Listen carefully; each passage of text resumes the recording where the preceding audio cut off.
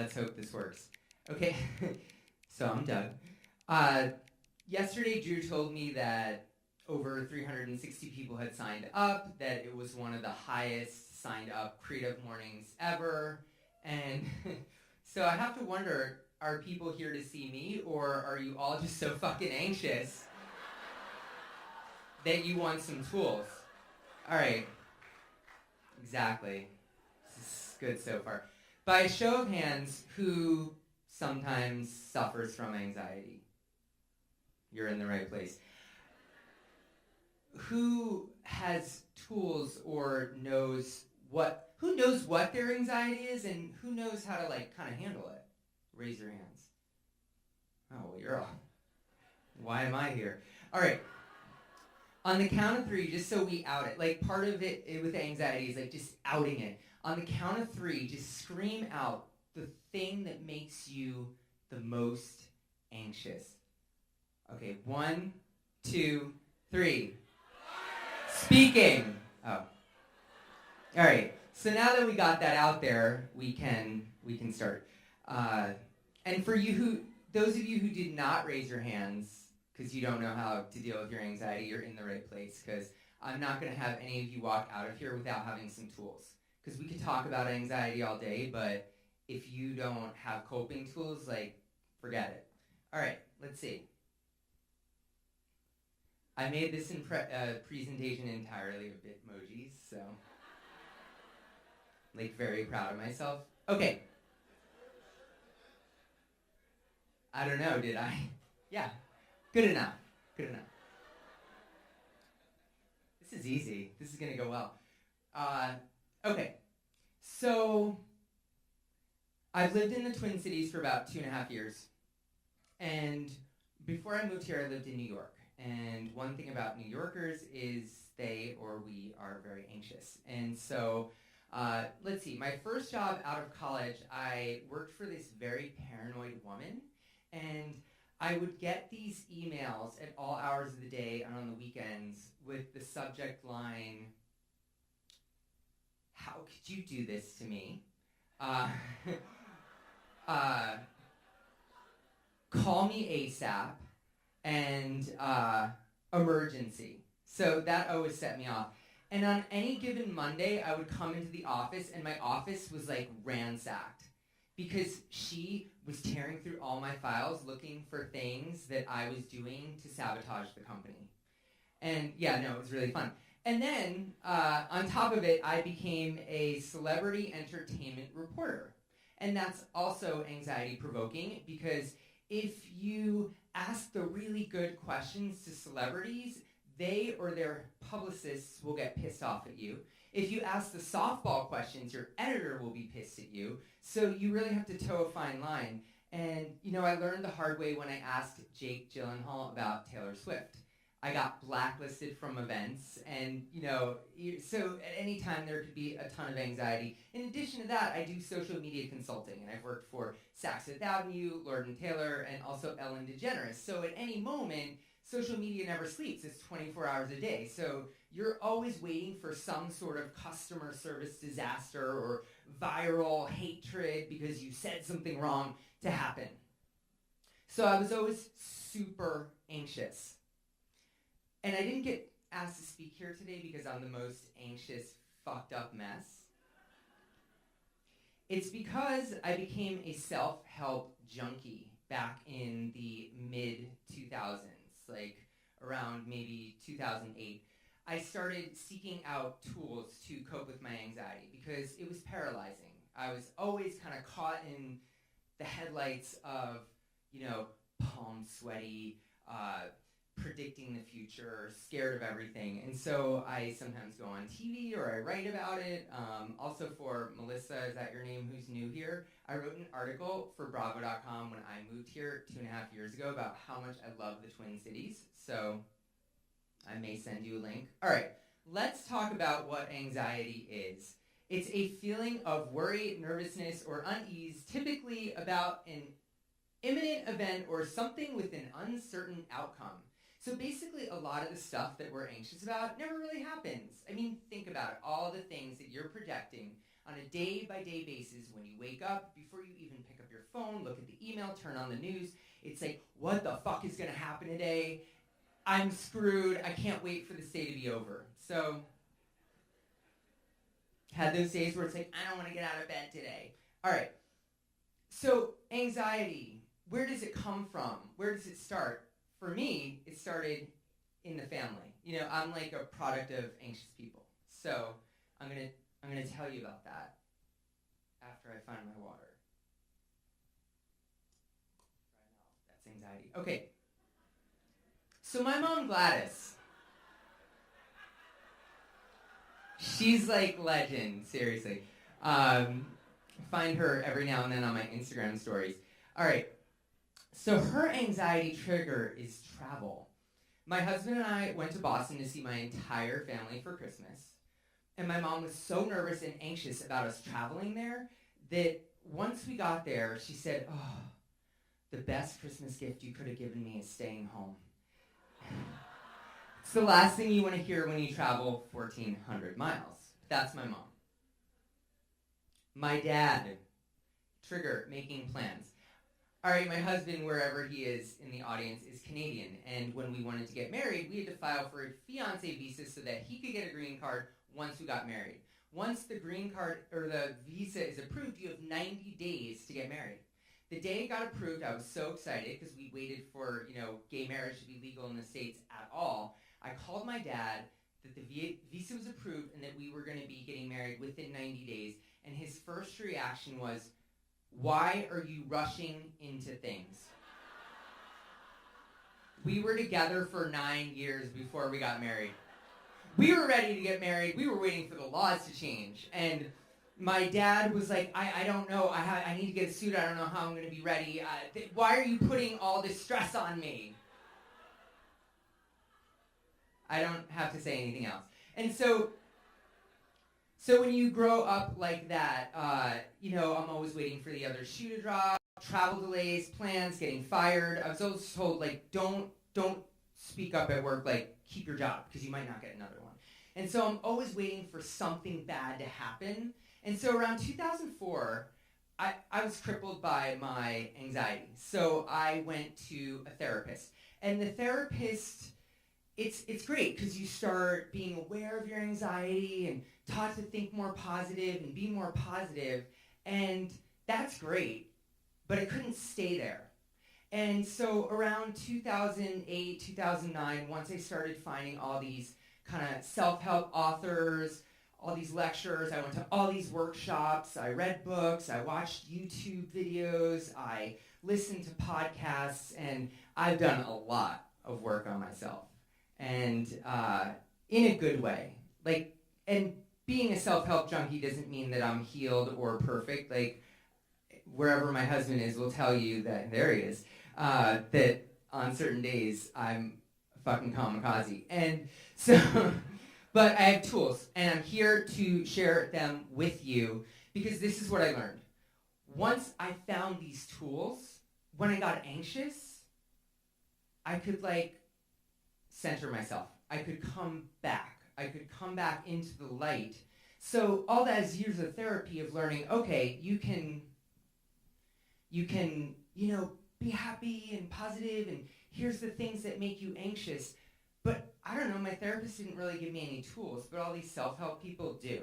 And so I want to give you the tools that you can get back. You can get back onto the beam. You can get back into the light. So my first one, become aware of what your anxiety even is. What are your triggers? So I say witness it without judgment. Maybe take a week. Keep a log, date and time, where I felt anxious, what caused it, what was the feeling. Getting in tune with your feelings of what's real and what isn't. And I'm not saying that anxiety is all made up and it's a social construct. It's a real thing. My personal belief is for localized anxiety, I have a choice in, am I going to entertain it or not? Am I going to put that on my shoulders and walk around with it all day, or am I going to use tools? So once you're witnessing it, you'll start to see a pattern. And maybe it's in the morning before you even get out of bed. You're worried about, oh, my boss is going to send me this awful email. Always ready to be attacked, right? Or, oh, I'm going to turn on the news and I'm going to see, like, who's, resigning from the White House today. And I knew it, like. And then I'm going to go on social media and I'm going to look to see who responded to all these comments that I made defending my position last night. It's like hooking into the bullshit, and that's what causes anxiety. So once you kind of know what makes you anxious, what your triggers are, I'm going to give you some tools about that. All right, breathe, that's it. All right. So even taking a couple breaths, like, can calm you down if you get that email. If somebody didn't return your message on Bumble. Like, oh, I like that person. And then it's like, they didn't write me back within 24 hours. And I'm a loser and be alone for the rest of my life. And I hate myself. I'm here to teach self-love and self-compassion. Because give yourself a break. If you're sitting here today, give yourself a fucking break. Like, we're all human here, right? And so, but I'm going to teach you very quickly. It's a type of breathing. It's a Kundalini breathing, which is a type of meditation and yogic breath. It's some people call it, I learned it through Gabby Bernstein. My friend Emily Roberts talks about it too. It's from Yogi Bhajan. I have a whole blog post that I'm going to direct you to later that has all this in more detail and video tutorials. So, okay. It's a breathing exercise that can calm your central nervous system, get some air flowing to your brain, some oxygen, and it can actually lower your cortisol levels, which is the stress hormone. Okay. You can do a little hand movement if you want. The index and thumb to ignite knowledge. It's a mudra or something like that. And so you do 4 quick breaths in your nose and 1 out. And you do it for like a minute. Some people say to do it 8, but let's start with 4. And so we can do it together. Like, triggering situation. I've been doing this all morning.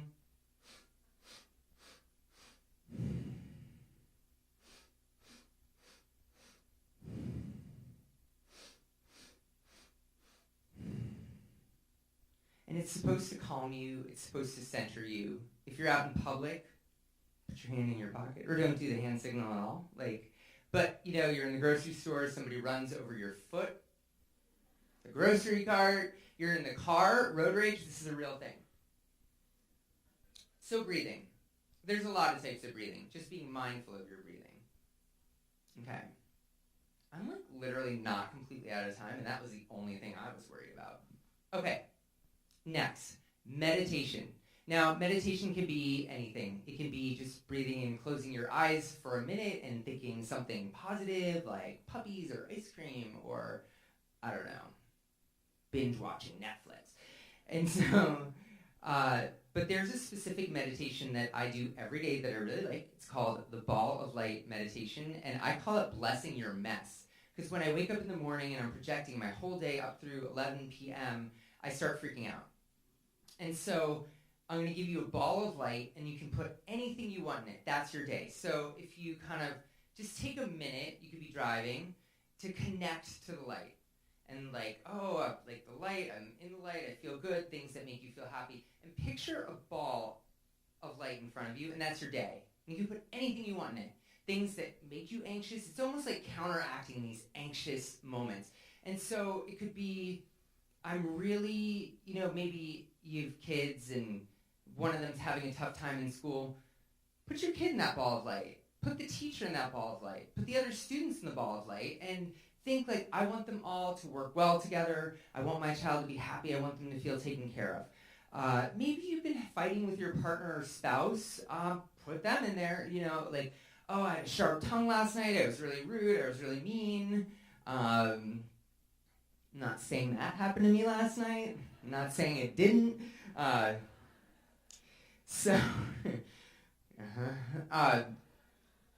So putting that in there of may I be compassionate? May I be understanding? A meeting with your boss, things haven't been going well with your boss, put your boss in there. But see yourselves in that meeting co-creating, and you're going to rest in defenselessness. So if this person starts tearing you to shreds or making comments about your work that you feel, fuck you. Sorry, I swear a lot, it's so important for me, but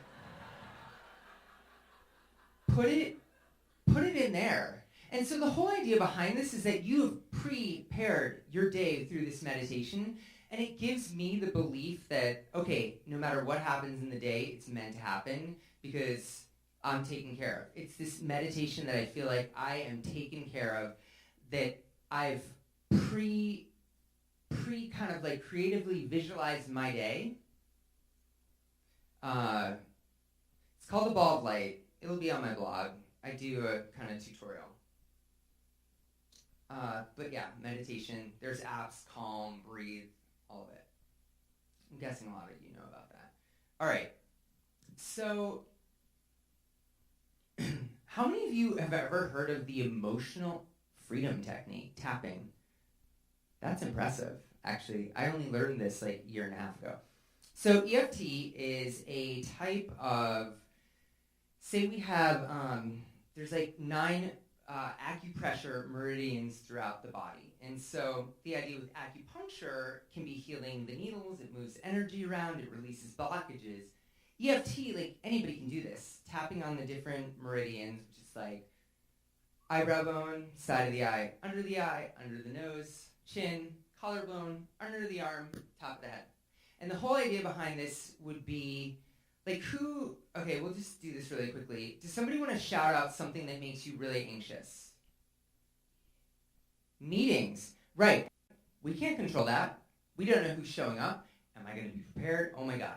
And so, I don't really have time to take you through all of this, but you would kind of start tapping on, this is the karate chop point, the most important. You can do this. If you don't do the whole series, you can do this somewhere being like, I'm taken care of, I'm okay. It calms you down. As you tap on these different meridians, it actually can change the neural pathways so that things that are triggering your anxiety triggers, this can actually recondition because you kind of vent at first. So it's like, even though I have a meeting today and I'm anxious about it, I deeply and completely love and accept myself. Even though I have a meeting today and I'm really anxious, I deeply and completely love and accept myself.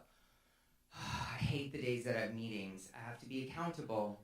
I'm so annoyed. I have to do another presentation. Every meeting is about the meeting. It's so frustrating. I just want to call in sick today. How am I going to show up for this? I fucking hate meetings. That's your most pressing issue is the meeting. And so you start with like, am I at a 10? Am I, how anxious am I? And then as you tap down, it's like, okay, do I feel better? Or am I at a 6? And then from there, you then kind of start with, all right, well, I have time to get my presentation done. This is not my first time I'm having a meeting. I actually have some really good points. And I'm excited about this meeting because new things could come out of it. All right, I'm feeling less anxious. I got this. I'm a rock star. I'm going to nail this meeting. People are going to believe in what I have to say. I'm just going to convince people. I'm so grateful I have this opportunity. So as you tap through the meridians, you're reconditioning. You're reconditioning the bad, negative, uncomfortable thoughts. There's so much info behind it, and I have, like on theworldofdoug.com, I wrote it's basically everything I'm saying with some tutorials, but links to other people that I've learned it from, like Nick Ortner or Gabby Bernstein.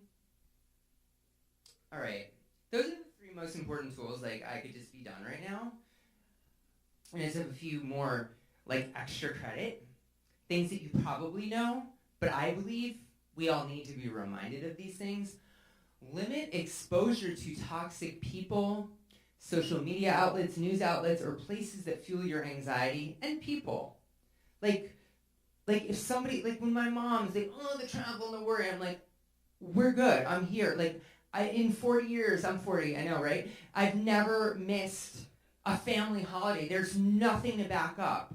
Like, Doug misses planes, or there's accidents and he can't get through. That has never happened, so this type of anxiety is like crazy. So I was telling my mom, like, don't share that with me. Like, Get an anxiety coping buddy. I bet somebody in here would be willing to do it. It's not just like somebody that you have a bitch fest with. It's literally somebody that you know and trust. Somebody said it to me the other day, like, real talk. Oh, there it is. She's like, it's real talk, not the fluff. That you can call somebody and be like, I have a meeting today and I'm freaking out. And they can be like, all right, just vent about it for 90 seconds to me. And then, go to the bathroom, cry or tap, and get on with it. So this is not your first meeting, you're fine. Okay. If anxiety feels paralyzing or overwhelming, don't be afraid to seek out the help of a professional. There's also a lot of places in the Twin Cities that are sliding scale. Maybe it's free. I don't know. It's helped me. I have a therapist. My husband's happy about that. So, no, it really helps. But also these self-help tools that I've learned and I'm sharing with you are kind of the secret sauce to getting back to where you should be. And my last and most favorite, laugh at it. The crazy ideas that come into your mind of what if my car gets towed? But I parked in a place that the parking is legal.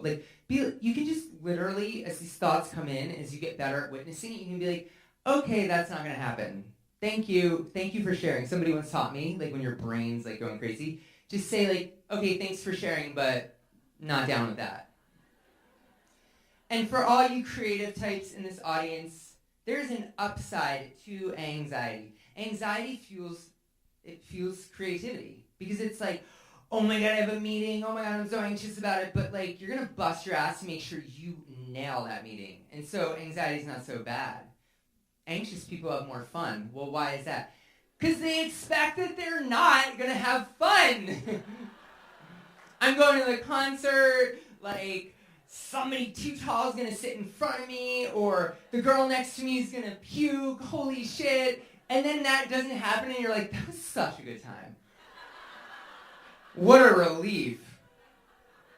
And the last one, anxiety helps people die less. There's literally so many studies, as I was researching this, there are so many studies that anxious people live longer because they're so worried all the time. It's walking around a lava pit, I hope I don't fall in, so I'm going to be extra precautious, and I'm going to wear, a special rubber suit. And so it's they don't die less. There was one article that suggested we need anxious people in this society because if anxious people weren't in this society, society would be extinct. So my mom and dad, they're holding us up. So, and that's it. Literally, I only went 3 minutes and 30 seconds over, and I feel okay about that. And if not, my next talk will be about forgiveness. All right, I don't want to plug myself too much, but honestly, if any of those tools resonated with you, just go to theworldofdoug.com or my Instagram, The World of Doug, and there's a link in there to my article on anxiety and all the tools that I shared and all links and stuff to it. Thanks for having me. I'm super grateful. I'm so happy you all came out.